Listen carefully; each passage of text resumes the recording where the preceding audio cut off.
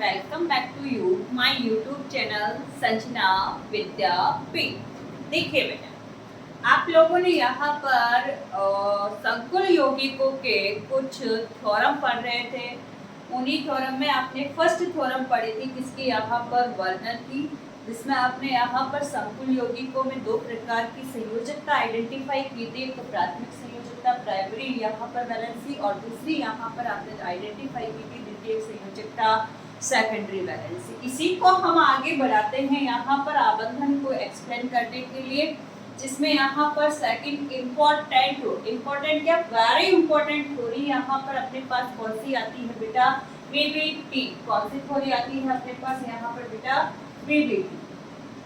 कौन सी थ्योरी आती है यहाँ पर, वीबीटी वही वीबीटी है जो आप लोगों ने यहाँ पर रासायनिक आबंधन में अपन पढ़ते हैं। यहाँ पर संकरण के पास अपन पढ़ते हैं, सॉरी संकरण से पहले अपन पढ़ते हैं यहाँ पर वही थ्योरम है, बस थोड़ा सा इसको बढ़ा चढ़ा करके अपने को लेना है। कौन सी थ्योरी है यहाँ पर, वीबीटी मतलब संयोजकता आबंध सिद्धांत, वैलेंस बॉन्ड थ्योरी। क्या की है यहाँ पर, संयोजकता आबंध सिद्धांत, वैलेंस बॉन्ड थ्योरी, जो किसके द्वारा दी गई थी बेटा, यहाँ पर पॉलिंग के द्वारा। किसके द्वारा दी गई थी यहाँ पर, ये पॉलिंग के द्वारा दी गई थी। देखिए यहाँ पर इसी पॉलिंग ने संकुल यौगिकों में यहाँ पर उप सहसंयोजक आबंधन की प्रकृति को एक्सप्लेन करने के लिए कुछ अपने यहाँ पर टर्म्स रखे थे, कुछ अनुग्रहित रखे थे। इन्हीं अनुग्रहितों को बिल्कुल अच्छे से आपको समझना है। जब तक ये अनुग्रहित आपको नहीं आएंगे तब तक आगे आप नहीं बढ़ पाओगे, आगे वाले स्टेप पे नहीं जा पाओगे। देखिए यहाँ पर फर्स्ट अनुग्रहित इसमें क्या कह रहा है, यहाँ पर देखिए यहाँ पर संयोजकता आबंध सिद्धांत में यहाँ पर आबंध किसके मध्य बनता है बेटा, सेंट्रल मेटल एटम और लिगेंड के बीच, जिसमें लिगेंड क्या करता है यहाँ पर, सेंट्रल मेटल एटम को यहाँ पर क्या डोनेट करता है, एकांकी इलेक्ट्रॉन युग्म। कहाँ बेटा, इसकी रिक्त कक्षक में। कहाँ बेटा, इसकी रिक्त कक्षक में। तो उसी से अपने को स्टार्ट करना है कि जो केंद्रीय धातु परमाणु है, सेंट्रल मेटल एटम है, वो आवश्यकता के अनुसार क्या करता है, लिगेंड को आवश्यकता के अनुसार, लिगेंड को जितनी आवश्यकता है उसी आवश्यकता के अनुसार क्या करता है, यहाँ पर लगभग समान ऊर्जा वाली, जिनको अपन बोलते हैं समभ्रंश, लगभग समान ऊर्जा वाली रिक्त कक्षक उपलब्ध करवाता है। क्या उपलब्ध करवाता है बेटा, रिक्त कक्षक। कौन उपलब्ध करवाता है, सेंट्रल मेटल एटम। किसको उपलब्ध करवाता है बेटा, लिगेंड को। तो फर्स्ट अनुग्रहित क्या कह रहा है यहाँ पर कि सेंट्रल मेटल एटम लिगेंड को यहाँ पर उसकी रिक्वायरमेंट के अनुसार यहाँ पर रिक्त कक्षक उपलब्ध करवाता है, और ये रिक्त कक्षक लगभग ऊर्जा में क्या होती है बेटा, समान होती है। क्लियर है यहाँ पे।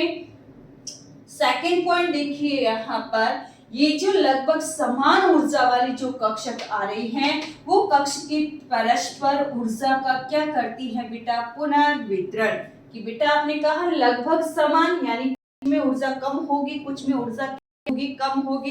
कम वाली यहाँ पर उच्च वाली ऊर्जा से कक्षक से ऊर्जा लेकर के परस्पर ऊर्जा का क्या करेगी, पुनर्वितरण करेगी, एक्सचेंज करेगी, और एक्सचेंज करके यहाँ पर उतनी ही संख्या में यहाँ पर समान ऊर्जा वाली नई कक्षकों का क्या करती है, निर्माण करती है। क्या कहा कि जितनी कक्षकें यहाँ से आ रही हैं, लिगेंड को जितनी कक्षकों की रिक्वायरमेंट वो कक्षकें यहाँ पर आ रही हैं, वो कक्षकें ऊर्जा का क्या करेगी, पुनर्वितरण करेगी, और उतनी ही संख्या में यहाँ पर समान ऊर्जा वाली नई कक्षकों क्या करेगी, यहाँ पर निर्माण करेगी। ये नई कक्षक यहाँ पर ऊर्जा के वितरण के बाद मिल रही है, इन कक्षकों को कहा जाता है बेटा यहाँ पर संकरित कक्षक। तो यहाँ पर संकुल में संकरण का निर्धारण करती है।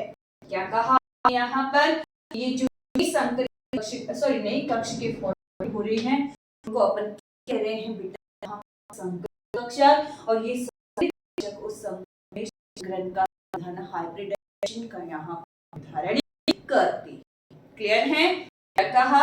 सेंट्रल मेटल एटम क्या करवा, रिक्त कक्षक, और ये रिक्त कक्षक क्या करेगी, ऊर्जा का और नई संभ्रंश यहाँ पर नई समान ऊर्जा संकृत कक्षकों का करेगी, निर्माण करेगी। अब देखिए यहाँ पर इन संकृत कक्षकों में अब लिगेंड क्या करेगा, अपना एकाकी इलेक्ट्रॉन युग्मदान करेगा। लिगेंड क्या करेगा, यहाँ पर सेंट्रल मेटल एटम ने यहाँ पर जो रिक्त कक्षक संकृत बनाई थी, यहाँ पर उन रिक्त संकृत कक्षकों में लिगेंड अपना एकाकी इलेक्ट्रॉन युग्म डोनेट करेगा और डोनेट करके यहाँ पर इस कोऑर्डिनेशन बॉन्ड, इस उपसह संयोजक आबंध का निर्माण करेगा।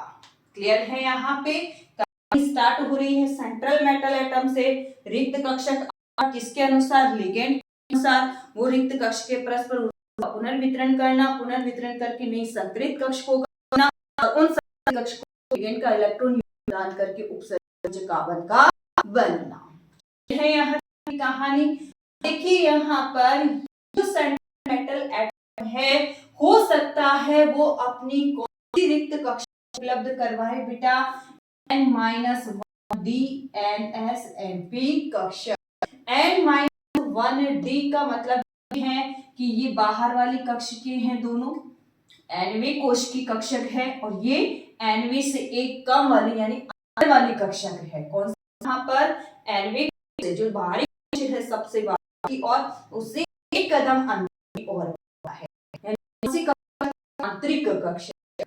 कौन सी कक्षक, यहाँ पर आंतरिक कक्षक। ऐसी कक्षक यदि वो प्रयुक्त कर रहा है, ऐसी कक्षक यदि प्रयुक्त करता है, यहाँ पर कौन से संकुल फॉर्मेट होते हैं, आंतरिक कक्षक संकुल। कौन से संकुल हैं, आंतरिक। क्या कहा, n-1 d यानी बाहरी से अंदर कक्षक यदि में आ रही है, तो ऐसे संकुल क्या नाम दिया जाता है बेटा, आंतरिक कक्षक संकुल। क्या नाम दिया जाता है, आंतरिक कक्षक संकुल।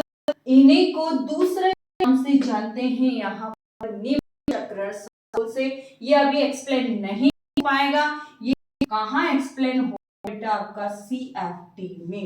VBT ने केवल यहाँ पर फॉर्मेट किया है कि जब आंतरिक संकुल बने तो किस नाम से जानेंगे बेटा, निम्न चक्रण संकुल से। क्यों बन रहे हैं, इसका कोई रीजन अभी नहीं दिया बीबीटी ने। फिलहाल इतना ही याद रखना है कि आंतरिक प्रयोग में आ रही है, जिससे आपके पास क्या बन रहे हैं, निम्न चक्रण संकुल। ऐसे यदि यहाँ पर यही सेंट्रल मेटल एटम कौन सी कक्षक उपलब्ध करवा है, NS-NP N यानी बाहर वाली डी कक्षक ही आपको उपलब्ध करवाए, यहाँ पर कौन से कक्षक बनते हैं बेटा, यहाँ पर बाह्य कक्षक संकुल। बाहर वाली प्रयुक्त हो रही है तो नाम दे दिया आपने यहाँ पर बाह्य कक्षक संकुल, जिनको दूसरे नाम से हम जानते हैं उच्च चक्रण, हाई स्पीड कॉम्प्लेक्स के नाम से, उच्च चक्रण संकुल के नाम से है। यहाँ पर वापस सुनिए इस पॉइंट को कि यदि सेंट्रल मेटल एटम की कौन सी कक्षक प्रयोग रही है, अंदर वाली n-1 d वाली, तो यह बनेंगे आंतरिक कक्षक संकुल, निम्न चक्रण संकुल। और यदि बाहर वाली nd कक्षक प्रयुक्त हो रही है तो बनेंगे बाह्य कक्षक संकुल या उच्च चक्रण संकुल। क्लियर है यहाँ तक? चलिए इसको आगे बढ़ाते हैं। आपने कहा यहाँ पर कि ये जो कक्ष के प्रयोग में आ रही है, कक्ष के बना रही है, ये इस संकुल में किसका निर्धारण कर रही है, संकरण। किसका निर्धारण कर रही है, संकरण का। और संकरण किसको बताता है, यहाँ पर अणु की ज्यामिति को। किसको बताता है, यहाँ पर अणु की ज्यामिति को। संकरण द्वारा हम उस अणु की ज्यामिति का कर सकते हैं निर्धारण। कैसे कर सकते हैं कि यहाँ पर संकरण कौन सा है, एसपी। कौन सी कक्षक काम में आ रही है, एसपी। तो एसपी संकरण हो गया और एसपी संकरण की कैसी ज्यामिति हो बेटा, रेखीय। ऐसे ही sp2 संकरण यहाँ पर हो रहा है तो कैसी ज्यामिति, समतल त्रिकोणीय। ऐसे ही sp3 यहाँ पर संकरण है तो कैसी ज्यामिति बनेगी, चतुष्फलकीय। ऐसे ही DsP2 प्रयुक्त हो रही है तो कौन सी वर्ग का समतलीय, बेटा ध्यान रखना बाह्य कक्षक वाला संकुल है, जबकि ये कौन सा है बेटा आंतरिक कक्षक वाला संकुल। दोनों ही कौन से संकुल है, चतुष्फलक और वर्गाकार समतलीय समन्वय संख्या 4 वाले। कौन से संकुल हैं, समन्वय संख्या 4 वाले। बहुत से एग्जांपल यहाँ से रिलेटेड आपको मिलेंगे। ये आपका बाह्य में आएगा, ये आपका किस में आएगा बेटा आंतरिक में। अगर समन्वय संख्या है तो बाह्य वाला है तो संकरण sp चतुष्फलकीय, और यदि आंतरिक वाला आ रहा है तो DsP2 कैसे बेटा वर्गाकार समतल। ऐसे ही यदि DsP3 हो तो समतल त्रिकोणीय पिरामिडीय, और यदि आपके पास यहाँ समन्वय संख्या में आए sp D2 से बनेंगे। देखिए बेटा ये भी वही है, बाह्य कक्षक वाला, ये आपका आंतरिक कक्षक, दोनों की ज्यामिति यहाँ पर क्या है, सेम है तो डिफरेंटली, लेकिन यहाँ पर एक जैसा ही है, ज्यामिति एक जैसी ही होगी, बस यहाँ पर संकुल का प्रकार अलग होगा, एक बाह्य कक्षक वाला, एक आंतरिक कक्षक वाला होगा।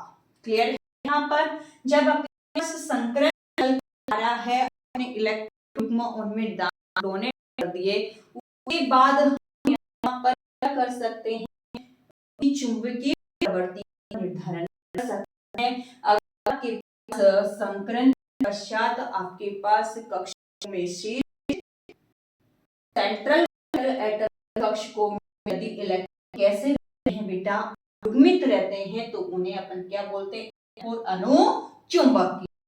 युग्मित रहते हैं प्रवृत्ति कैसी होती है, हम यहाँ पर चुंबकीय गुण निकालते हैं। चुंबकीय आघूर्ण निकालने का फॉर्मूला क्या होता है, म्यू बराबर अंडर रूट n प्लस 2।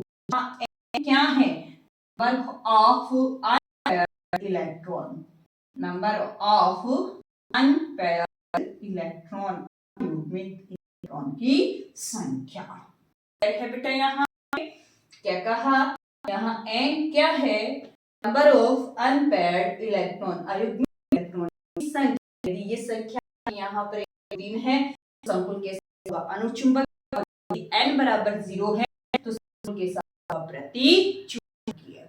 ये थी यहाँ पर बेटा वीबीटी थ्योरम। क्या थी यहाँ पर, वीबीटी की थ्योरम जो किसके द्वारा दी गई थी, पॉलिंग के द्वारा। एक बार वापस देख लीजिए, क्या कहा यहाँ पर कि धातु परमाणु आवश्यकता के अनुसार लिगेंड को क्या उपलब्ध करवाता है, लगभग समान ऊर्जा रिक्त कक्ष, कक्ष की ऊर्जा का क्या करती है, वितरण करती है, नई संकरित कक्षकों का क्या करती है, निर्माण करती है।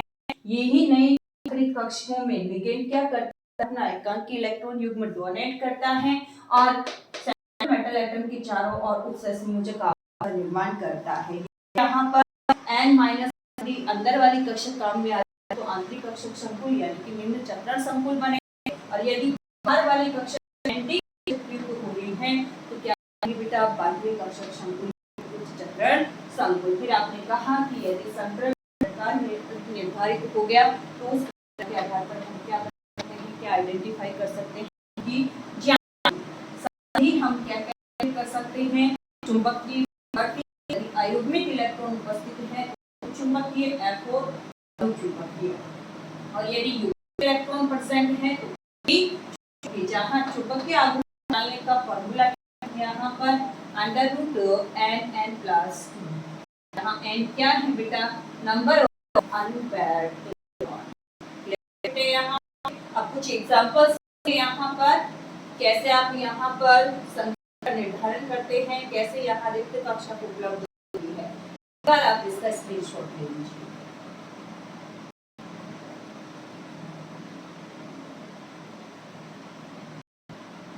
क्लियर है बेटे यहाँ पे,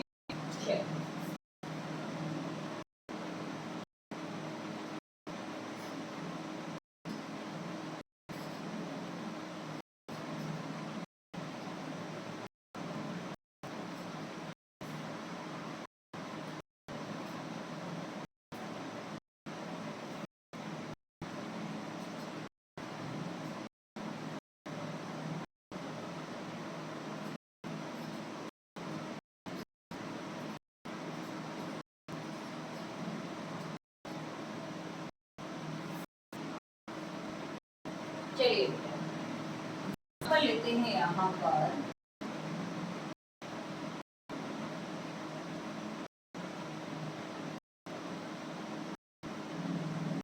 I और माइनस कॉम्प्लेक्स एक कॉम्प्लेक्स यहाँ पर एन आर एन का होल फोर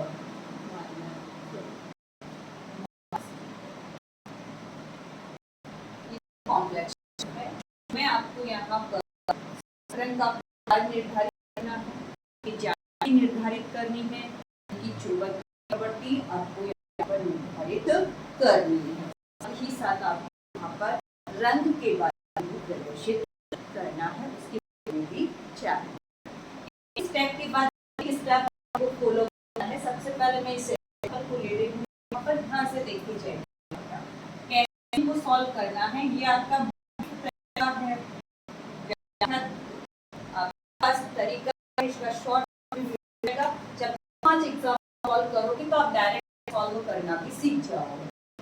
ठीक है, सबसे पहले आपको क्या करना है, यहाँ पर सेंट्रल मेटल एटम की ऑक्सीजन स्टेट कैलकुलेट, इसकी ऑक्सीकरण संख्या आपको करनी है।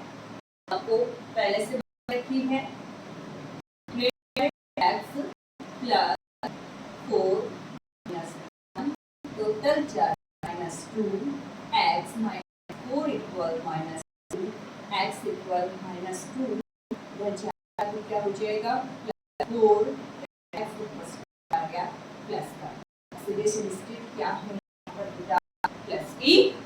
क्लियर है। इसके बाद देखें यहाँ पर बेटा आप क्या लेना है, यहाँ पर सेंट्रल मेटल एटम इलेक्ट्रॉनिक विन्यास क्या लेना है, सेंट्रल मेटल एटम का इलेक्ट्रॉनिक विन्यास। बेटा देखिए यहाँ पर मुख्यतः जो आपके डी लॉ के जो फर्स्ट 3D श्रेणी है उसी के संकुल आपको अधिकांश कौन सी श्रेणी के, यहाँ पर 3D श्रेणी के, और 3D श्रेणी में टोटल कितने तत्व सम्मिलित होते हैं बेटा 10। कहाँ से,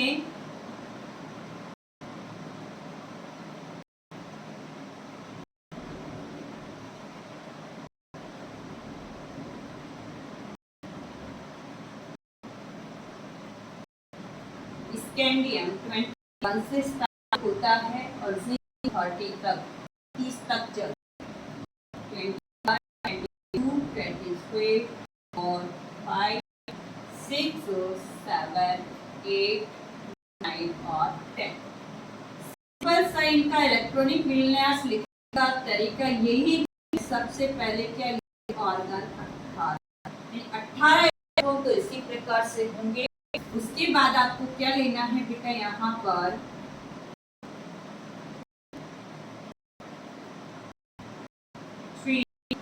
डी और लेना है, फॉर एस भी लेना है, फॉर पी में आपके पास 0 ही आएंगे, हमेशा क्या आएंगे 0 ही आएंगे। आपके पास क्या है एस, फॉर एस में देखिए एस में इधर दो नंबर दिख रहे हैं, सब यहाँ पर सब में क्या भरना है 2 नंबर। अशक्य भी देखिए यहाँ पे, बाकी इधर वाला नंबर आपको किसमें भरना है, जैसे के लिए 1 होगा, टाइटेनियम के लिए 2 होगा, वेनेडियम के लिए तरीका यहाँ पर इलेक्ट्रॉनिक विन्यास लिखना। हाँ 2 में अपने को ध्यान रखना है, एक प्रोटॉन और एक कॉपर, एक अर्धपूरित विन्यास के कारण एस में इलेक्ट्रॉन होगा, 5 इलेक्ट्रॉन होंगे, ऐसे कॉपर में इलेक्ट्रॉनिक कॉन्फिगरेशन के कारण इसमें एक बाकी में इसी एटॉमिक नंबर के अकॉर्डिंग आप क्या कर सकते हो विन्यास डायरेक्ट लिख सकते। क्लियर है बेटा यहाँ पे। चलिए तो अपने पास कौन सा आ रहा है यहाँ पर, 3D श्रेणी का कौन सा तत्व है बेटा, लेकिन कितने नंबर पे आता है, एटॉमिक नंबर क्या है इसका 20, इलेक्ट्रॉनिक कॉन्फिगरेशन क्या है इसका आर्गन 18, फिर बताया डी, फिर फॉर पी रहने दीजिए, देख रहे कैपिलरी फॉर डी में यहाँ पर मैंने बताया इधर वाला डी में आता है और इधर वाला नंबर किस में आता है, एस। इलेक्ट्रॉनिक कॉन्फ़िगरेशन क्या है इसका, ऑर्गन 18 3D फॉरेस्ट। क्लियर है यहाँ पे। अब ऑक्सीडेशन स्टेट में देखना है इलेक्ट्रॉन कॉन्फ़िगरेशन। ऑक्सीडेशन स्टेट कौन सी है बेटा इसकी, +2। +2 का मतलब इसने बाहर कोशिश है 2 इलेक्ट्रॉन क्या ये त्याग दिए, है बेटा पी में तो है ही नहीं, कौन सा है यहाँ पर फॉरेस्ट, इलेक्ट्रॉन क्या गायब।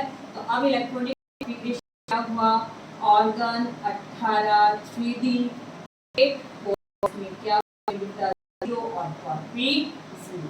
क्लियर है। अब कक्षक के रूप में लिखिए 3D डी कितनी होती है बेटा 5, 1 2 3 4। एस में एक कक्षक होती है और पी में कितनी है बेटा यहाँ पर 3। कितना है 8 0 और 4 क्लियर है। यहाँ पे 8 इलेक्ट्रॉन और अनुसार है यहाँ पर पहले एक इलेक्ट्रॉन फिर इलेक्ट्रॉन की क्या करनी है पहले हो गए 8 इलेक्ट्रॉन, इसमें कुछ है देखो था आपके पास यहाँ पर इसका इलेक्ट्रॉनिक विन्यास है। अब देखिए यहाँ पर ये निकेल लिगेंड को क्या उपलब्ध करवाएगा अपनी यहाँ पर रिक्तो कक्षक। इस लिगेंड को देखते हुए कि लिगेंड को कितनी खाली कक्षकों की जरूरत है उसके अनुसार क्या करेगा निकेल यहाँ पर इस लिगेंड को अपनी खाली कक्षक उपलब्ध करवाएगा। तो निकेल किसके पास गया, क्लोरीन बोल रहा है यानी 4 युग्म करने हैं, इतनी खाली कक्षक चाहिए मेरे को 4 चाहिए, तो भी आप निकल 4 कक्षक खाली उपलब्ध करवाएगा यहाँ पर। देखिए यहाँ पर क्लोरीन फॉर्मेट करता है उच्च चक्रण संकुल। क्या बनाता है, उच्च चक्रण संकुल। क्या बनाता है, उच्च चक्रण संकुल। इसलिए तो इलेक्ट्रॉन की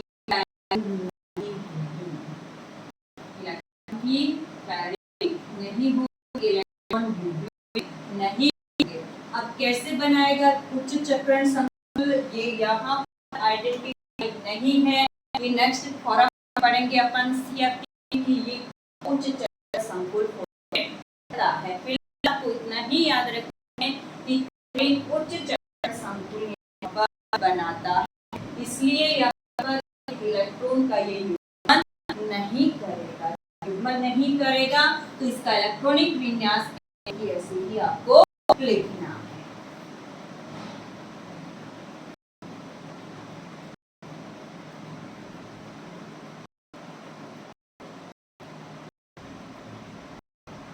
क्लियर है,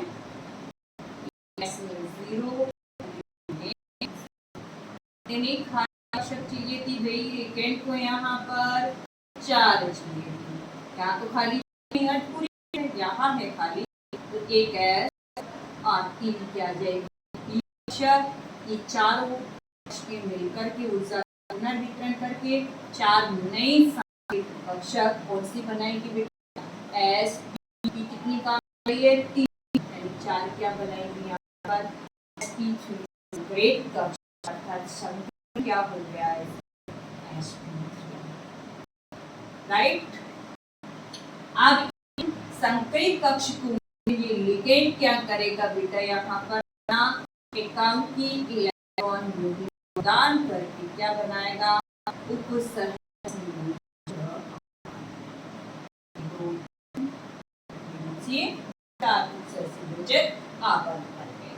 अब बेटा देखिए उपसंयोजक आबंध बनने के बाद इसके पास कौन सी कक्षक है 3D कक्षक। इस 3D कक्षक में देखिए ध्यान से इसके पास कितने इलेक्ट्रॉन है, आयुग्मित इलेक्ट्रॉन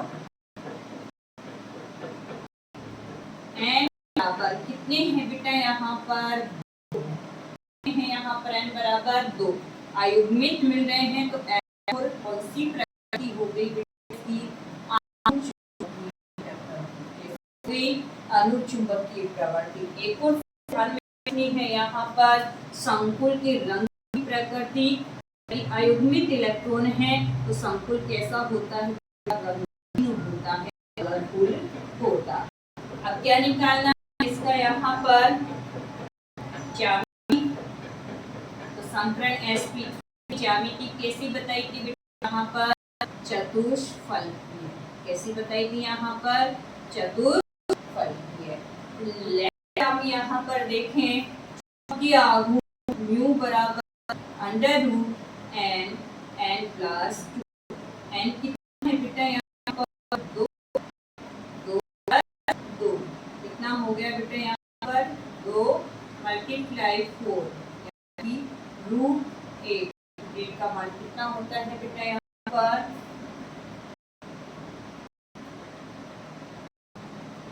0.9 और मैग्नेट्रॉन में हम इसको कैलकुलेट करते हैं। क्लियर है यहाँ पे? ये लीजिए इसका चुंबकीय आघूर्ण भी आ गया, इसकी चुंबकीय प्रकृति भी आ गई, इसका कलर भी आ गया, इसकी ज्यामिति भी, और इसमें संकरण आ गया। ही हम नेक्स्ट एग्जांपल लेते हैं। नेक्स्ट एग्जांपल में वही सब पहले क्या निकालनी है? ऑक्सीडेशन स्टेट इसकी यहाँ पर कैलकुलेट करनी है। चेक। नेक्स्ट Cn कितने हैं? 4 × 4 - 5 × 10 - 2 and x -2 प्लस 4 इसमें क्या लिखना है इसका? Electronic configuration. Atomic number 28। Electronic configuration क्या होगा? नहीं, फिर 3D लेना, 4 लेना, 4p लेना। कहा यहाँ पर तो 0 होता है, इधर पर कितना है?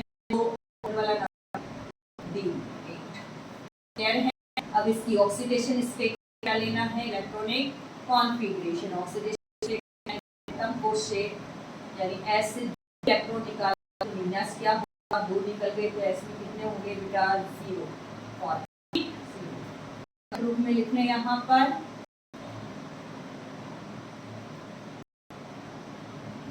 1 2 3 4 5 6 7 और 8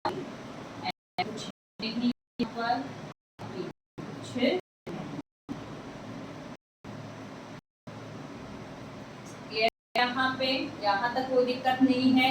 अब बेटा देखिए यहाँ पर ये निकल किसके पास जाएगा? Cn के पास। और Cn क्या कहेगा बेटा यहाँ पर?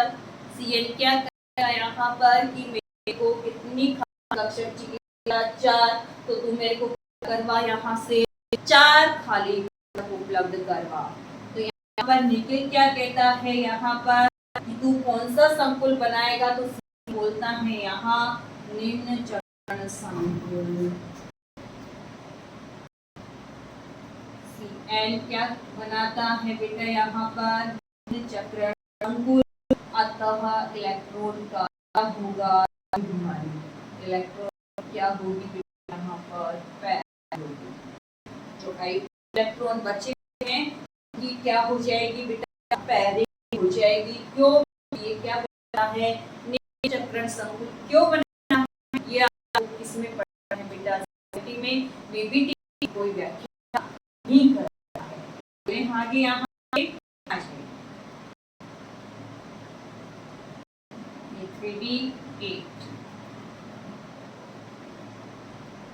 ये आपके पास 4s0 और ये आपके पास 4। कहा यहाँ पर ये इलेक्ट्रॉन भी क्या करेगा? पैरिंग 1 2 3 4 5 6 7 और 8। यहाँ पे अवरेज कक्षक उपलब्ध करवाएगा। एक तो खाली कक्षक कौन सा दिखता है? 3D वाला, एक S वाला और एक कौन सा बेटा यहाँ पर? 2 कौन सी आ जाएगी बेटा? यहाँ पर 2 चाहिए तो 40 वाली 2 आ जाएगी। चलिए कितनी कक्षक बनेगी यहाँ पर? 4 कक्षक। कौन सी काम में आ रही है? D S और P काम में आ रही है। तो संकरण क्या हो गया? DS2। संकरण क्या हो गया? DS2।